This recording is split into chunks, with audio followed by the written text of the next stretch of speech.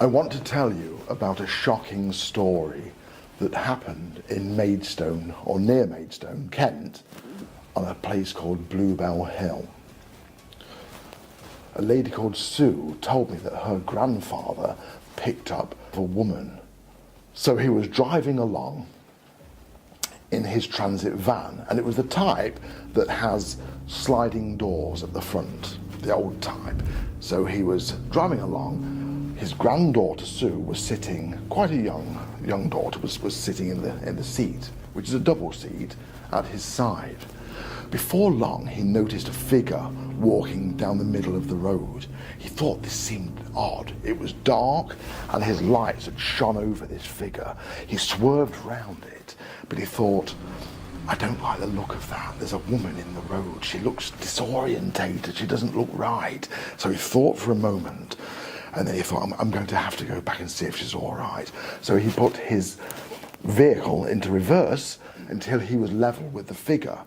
He reached over and opened the sliding door. Come on, my love, you don't look right at all. I'm going to take you straight to the police station. You're quite safe. My granddaughter's here, aren't you, my lovely? He then got out of his driver's side door, walked all the way around the vehicle to close the door for her. He was in trepidation. He was worried. He didn't know what on earth had happened to this poor girl. It was 10 or 15 minutes before they actually reached the police station. And he said, I'll let you out, my love. The doors are heavy. Stay there. He opened his door, went around the front of the van and opened the passenger door. But to his horror, she had gone. Some years later, her grandfather was doing research on this strange ghost that he picked up on Bluebell Hill near Maidstone, Kent. And he found something interesting, that there was a head-on road accident.